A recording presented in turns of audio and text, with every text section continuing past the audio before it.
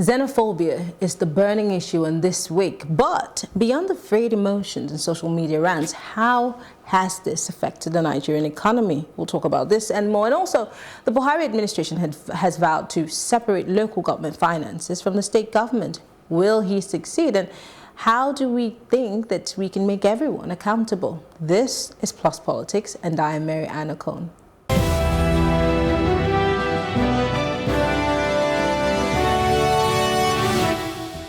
Recent reports of xenophobia occurring in South Africa with Nigerians as its major victims has led to the destruction of several properties and lives. However, its effects do not stop there, as the Nigerian economy has also had its share of adverse effects. To look at this and discuss the reasons or the root cause of migration and the economic effects is Mr. Gospel Obele. He's an economist. It's good to have you join us, Gospel. Thank you for having me. Interesting. Now, of course, from my opening, I have tried to explain that what we're looking at is not just the fact that Nigerians are getting killed in South Africa, but we want to look at the reason why it's easy for a Nigerian to want to take flight to another country. And we're not at war. We're not a war-torn region. So what do you think, as an economist, is the basic reason why Nigerians are spread across the world in search of greener pastures? Yeah, I mean, just mentioned in search of greener pastures. So if the greener pastures were at home, in quote, you know, you would have a significant number of persons stay back. It's just quite unfortunate that the socio-economic landscape in which we live in now, it's quite a huge cost, you know, to just have a life or to just go through every day, you know, normally have 3 square meals, or to start a business or to run a family and all of that. So the cost of living is really high.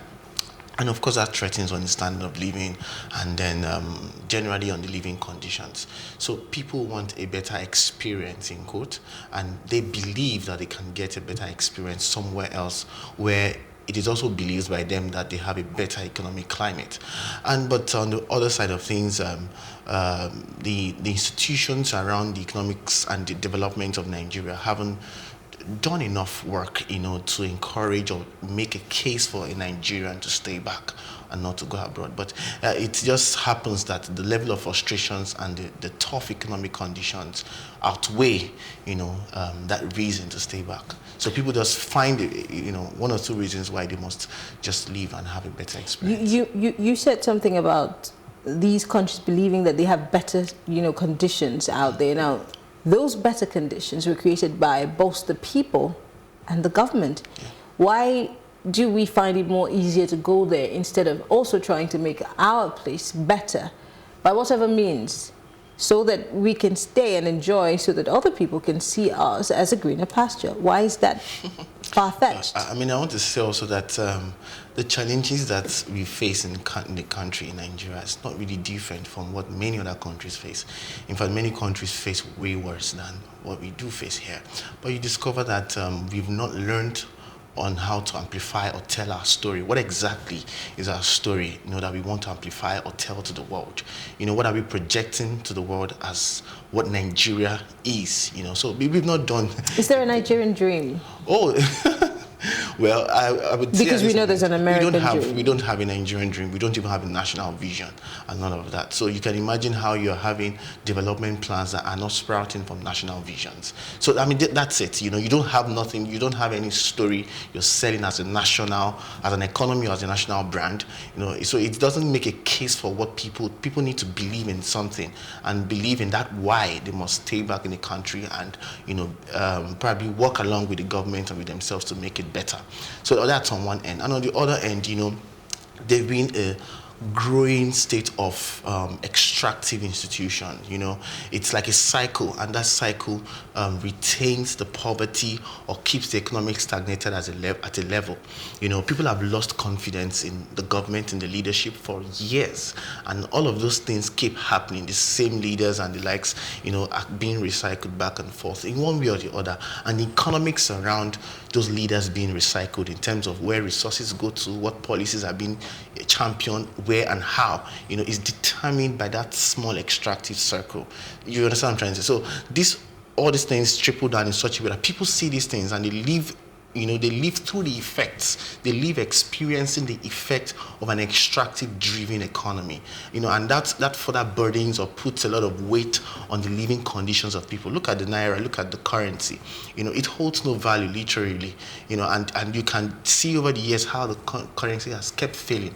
And in the medium to long term, it's most likely would be the case. So there is a huge cost impact just trying to wake up in the morning and go to bed at night in a country like ours. You know, and all of that. So I tell you what, when I was combing through social media and through tweets or messages, even on my LinkedIn, you know, when I posted videos about xenophobia, people from Germany, from South Africa, from different parts of the world were saying Nigerians need to go back to their country and build their economy instead of causing our own economy to be overly squeezed. Now, you talked about economics here. If we are going to those countries in our numbers, for example, one way or the other, we're also affecting their economy. Surely. And of course, there will be housing deficits, whether we like it or not. And these countries, some of them, especially those who are going to Europe, already have issues with housing deficits. And the more people coming there, the more problems. So we're multiplying the problems of these people. If we go to other countries, like we all say, and we're successful, it means that we are capable of being successful. My question again is, why can't we bring that to bear here? What are the enabling environments, is there or not? The way you explained it, it made it sound like we really didn't have a government, because everything that a government should provide is totally unavailable. So the question is, why do we have a government? And they're not able to provide these basic things that we need. So, I mean, the average Nigerian feels that he would make more progress or speed up his level. For example, let me let you understand. With our work in research and all that, we discover that the average Nigerian is more personally optimistic about his own future than they are optimistic and then they're optimistic about the future of the country. I don't know if you get. So they believe that either ways they will make it. It may be in Nigeria, it may not be in Nigeria, but they are not as optimistic as they are about their personal life for the nation. And that's because when it comes to the national dynamics, a lot of things are involved, you know. So yes, there may be negative effects, you know, with Nigerians living abroad and they're succeeding and all of that, housing deficits and the like. But you know, these are, all of these things we call effects are, yes, spillover effects from a long history of bad governance and leadership. So at the bane of all of that is a bad governance and leadership. And once you have that at the root cause, it means that things will just spiral out of control. And let me help you understand one of the side effects of these xenophobia attacks.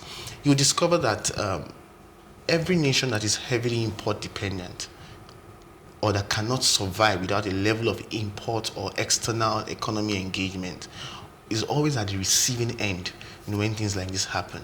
You'll be surprised that South Africa ranks the highest export destination for Nigeria. And they are also the largest export markets to the world, you know, from this region, Africa. So it tells you that the economy in one way or the other is still very much dependent, even if in its trade dynamics, with the South African with South Africa. So that tells you that we've not taken enough responsibility for ourselves. We've not diversified not just the economy now, even our operations and the way we go about our developmental agenda and all that. We've not really applied the level of discipline and rigor, and then the political will has not really been genuine. Let me just use that word. And then the focus has not really been tilted way more to the non-oil exports and the likes. So there are more issues to deal with on the baseline of bad governance and leadership than, you know, the spillover effects that happen abroad. And it's quite unfortunate that it hits back on the economy and things get worse. There are also people who have said that Nigerians are very quick to point fingers at government, you know, for their the negatives that they, you know, have been receiving, or being on the receiving end of all the negativity that comes from xenophobia, or even, you know, within the country. But that we also as a people have a role to play, and we have failed in that role, being that we simply feel that government is government on its own, and we do not have a responsibility or owe a responsibility to them in making sure that certain things happen for us.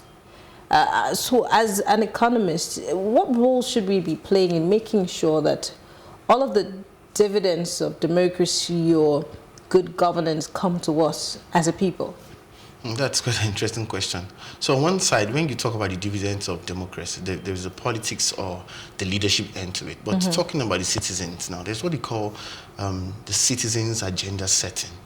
You know, it's a state where the citizen as an individual in the country is well aware about his role and responsibilities, and then in the different cluster points, be it subnationals, be it ethnic group cluster points, be it youth groups, religious groups, and all of that, you know, they build that agenda so strong, and they engage government on that level.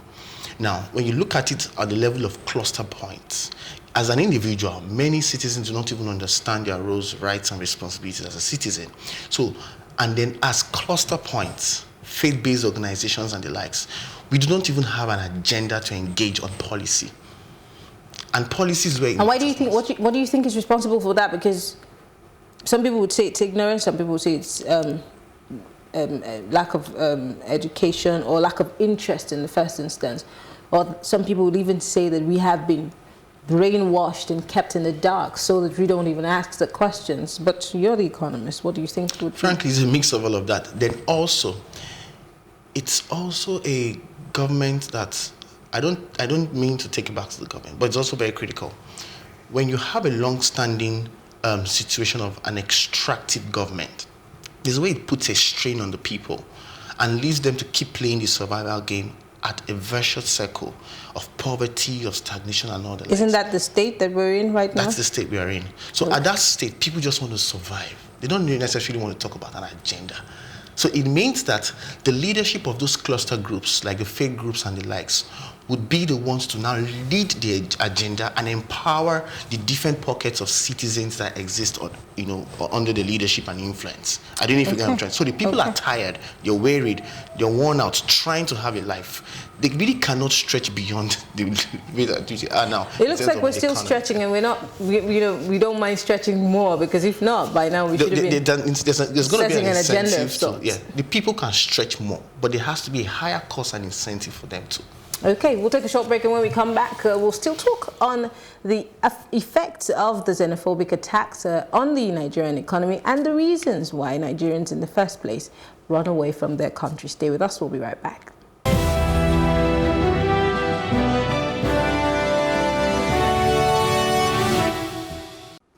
Well, we're back. It's still Plus Politics, and joining us right during the break, you joined us. We have Biodun Showumi, he's a political analyst. It's good to have you join us, Biodun. So you're meeting us halfway in the conversation. And just to give you a little context, we're looking at why Nigerians up and leave. In fact, in the last 2 years, a lot of Nigerians have decided that Canada is the next best destination, and Australia, because Nigeria is no longer a place for them to be. But like I said to him, those countries the economies are beginning to stretch a bit thinner than it should be on a normal day. So before it gets to the point where people have to kill Nigerians and say, go back to your country, there has to be a reason why other countries feel more comfortable than Nigeria. He's given us an economic base to that. What do you think is the social side of it? Well, in the first instance, we need to accept one fact. Migration has been part of human race globally. That you want to look at our own African experience from trans-Sahara trade. What does that mean? You know, movement of people, you know, from the Sahelian region, movement of people from the Middle East down to Africa. What does it mean? So also in Middle East, we've had people moving across. How did Irish Americans, the Kennedy's family got to America? How did even Donald Trump's father, you know, manage to get to America? So you've always been having wave of migration, and that's been driven by several international agreements, such as the General Agreement on Trade and Treaty, which seeks to liberate, you know, the movement of capital and services from one place to the other. So it also goes with the ILO Convention, which seeks to, you know, liberate the movement of labor from one country to the other. So in history, there is no one who has succeeded in stopping migration, because people migrate for different reasons. In the case of Nigeria, people might be migrating, you know, more for economic reasons than social reasons. In recent times, it used to be different. But what you see is that people are forced to migrate, not because they want to, because one, there's what they call the layer of the environment you are migrating in. In the case of Canada, Canada is a huge country with a very buoyant economy. They do not have the population to run the country. So therefore, Canada is actively encouraging migration into their country. Australia is a continent on its own. You know, they need the people to occupy the whole place. So they do welcome migrants. In the case of South Africa, it's just like any other country, plagued with huge political problems. South Africa has a major challenge like Nigeria in terms of youth unemployment. And in the case of Nigeria, it's still a bit better off because you have highly skilled, youth who are unemployed. In the case of South Africa, you have mainly youths, unskilled youths, and unemployable youths. Those are the kind of youths you have in South Africa. So when you look at what is going on, you now have highly skilled migrants moving in from different countries, particularly Nigeria, more of Nigerians, moving into South Africa, many of them able to pick up decent jobs and find themselves as envy, of the unskilled or unemployable South Africans. So that is one part of it. The other part of it is also, which we can't run away from, the social side of it, which is the crime, the criminal world. The South Africans with little street knowledge of major crimes, other than petty crimes, because of the nature of apartheid, which they evolved from, find themselves being displaced again by some Nigerian criminal gangs who are well experienced in gangsteric ways of carrying out operations, major operations on drugs and what have we. So that also, was a major challenge, even in the criminal world in South Africa. So basically, what you see is the failure of leadership in both countries. That is what is actually happening, because in the first instance, we should not be exporting our criminals to other countries. That is the truth of the matter. What you see is also failure of cooperation between the two countries, particularly the criminal intelligence arm of both countries. Mm-hmm. They have failed to cooperate in a way that they can pinpoint those criminals and ensure that they are not able to perpetrate their activities. And when they do, they are apprehended and processed through the criminal justice system.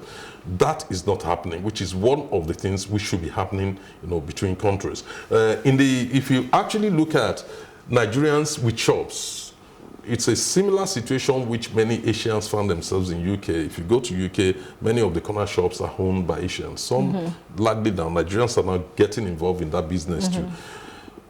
It's not necessarily a reason for people to loot. Why people are looting is simply because they could not even afford a decent meal. And that is the truth in South Africa. If you look at South Africa, how it evolved, it came from, the blacks being kept in the ghetto, in the shanty towns, ghettos, and then the white living in a separate world. Now, what has re-emerged is that the South African government has invested huge amount of money in public housing, but those public housing are unaffordable, to the poor people in the ghettos. So consequently, you have a new middle class people, migrants, coming in, taking up all those places. And these youths, South African youths, cannot even explain the difference between a middle class migrant, a medical doctor, and someone else who is low skilled like them. So as far as they see everybody as a threat.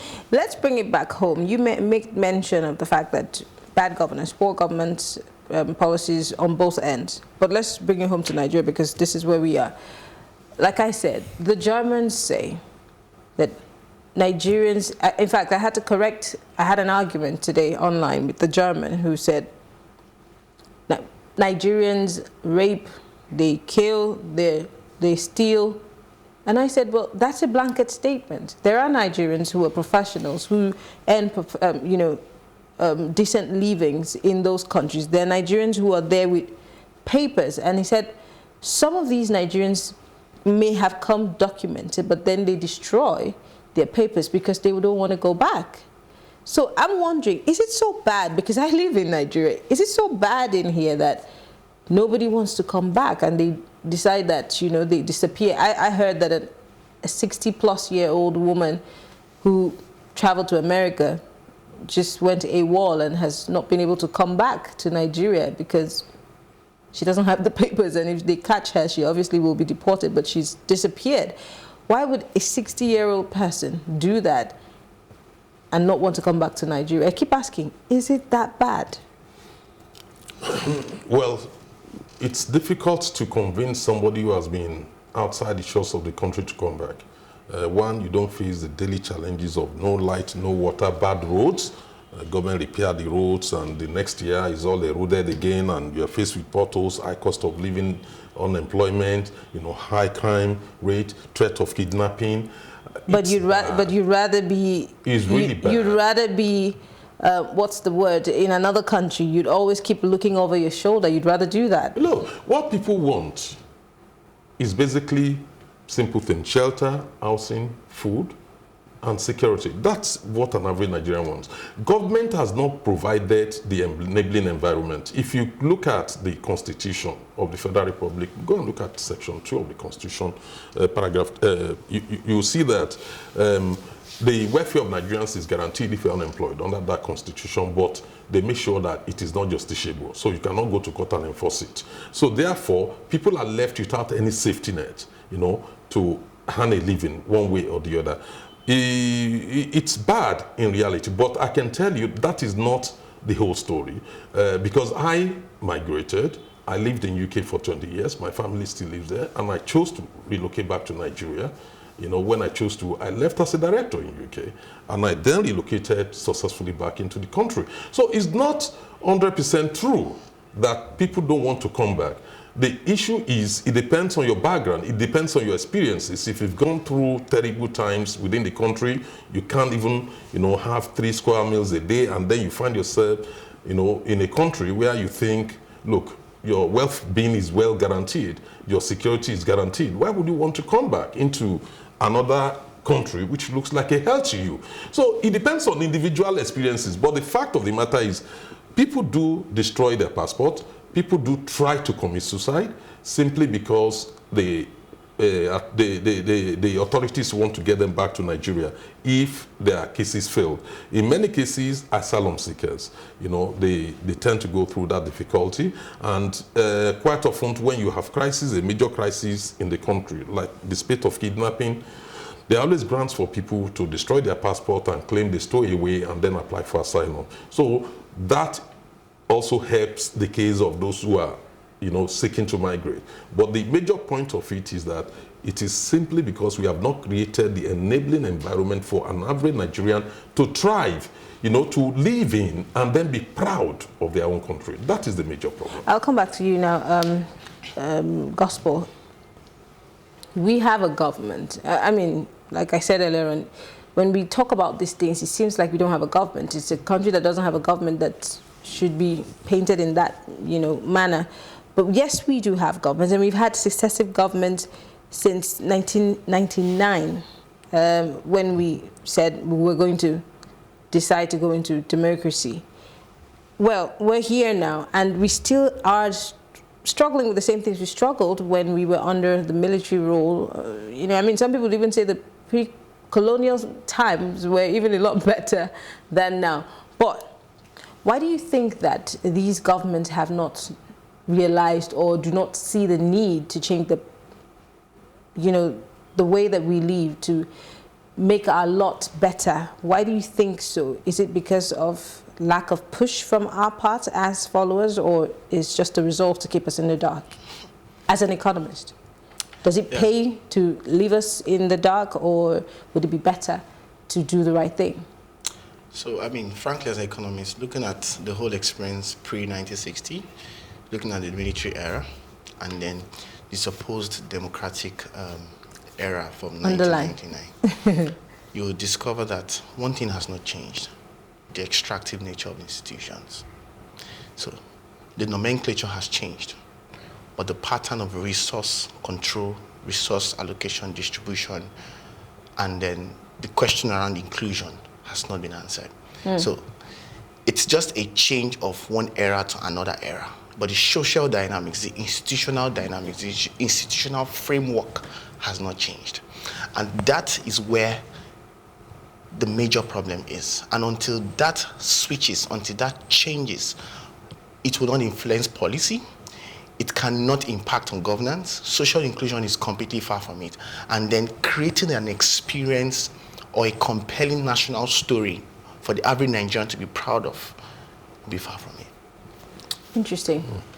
He's an economist, so he probably might not want to be political, but why is it so convenient for successive, like he said, so-called democratic governments not to do the right thing to better the lot of Nigerians who are suffering and even feel the need to sell everything they own to run to another country? Why is it so convenient to continue in this regard? Apart from in the 60s, Nigeria's ruling class is a ruinous class. Why did you say that? Look, if you go back into history, it's only the first 6 years of our independence that we witnessed monumental leap in development. That was the time when you can talk about the tallest story in Africa, the 25-story Cocoa House. You talk about WNTV, Western Nigerian Television, the first television station in Africa. You talk about massive road construction, talk about agricultural, projects, and so on and so forth. Talk about schools. Children go to school, you are transported free of charge, just like what's going on in UK. You talk about, you eat in school, you have fresh milk in the morning at 8 a.m. You get the dairy from dairy farms in Agege and also Michelle farms in Agege. It's supplied to your school, you take that, you eat fruits at 10, you have your lunch. Look, come on. You need just to go, you need to leave, you need to go to school, to primary school. I'm imagining how much you have to pay in a school today to get all of that. No, I'm just saying, compare that to getting that in a school today, fresh milk. Look, the only time your parents feed you Monday to Friday is in the night, because you have eaten your lunch before you leave school. And then you come back home. So you have a more convenient environment even to study. Apart from that, power cut was not what it used to, what it is now. Yes, we do have occasional power cuts. Then it was more regular. So when you look at the first 6 years of our independence and compare it now, you begin to ask yourself certain questions. And then many people remember that we used to have tram in Lagos, the same tram that runs in Croydon in London. We used to have it in Lagos. I have gone on elevator in the 60s, Kingsway Supermarket in Lagos, in Maryann here. And then Okon will go on elevator. The same elevator we are just having in ShopRite and all that, right in the 60s. So when you look at what has happened in this country, our ruling class is a ruinous class. And that is a fact of the story. No country has been badly abused, badly bled, is public treasury badly bled like Nigeria. I do not know of anyone. While I will not agree that corruption is the bane of our development, because there are so many corrupt countries in the world where today, despite the corruption, they are still experiencing development. Italy is one of the worst countries, most corrupt country in the world. Today, Italy is still experiencing development. Same thing Israel. 4 prime ministers of Israel have been indicted, 3 in prison, for corruption, yet Israel is developing. Same thing in Japan. The difference with Japan is they have 95% conviction rate. You need to go back into history and read about South Korea, how South Korea emerged. In fact, at a point, South Korea accepted, in the 70s, that it is legitimate for you to collect 20-25% on every contract. But the major thing is, if you construct the road, you have to make sure it's a good road. Okay. And when you go back and look at that, I do not necessarily agree that corruption, is the bane of our development. So what is it in closing? The bane of our development is that we have a ruinous class, highly unpatriotic, who think about themselves only, and they do not think about the interest of majority Nigerians. And the big question is, what do we do? But I want to say thank you to Gospel Obele, he's an economist, and Biodo Showemi, political analyst, for staying with us. We'll take a short break, and when we come back, we'll be looking at the situation of things. Apparently, the Buhari administration has said that they are going to try as much as possible to make sure that local government funds they belong to the local government. But then, is that enough? What about local government autonomy? We'll talk about this when we come back from the break.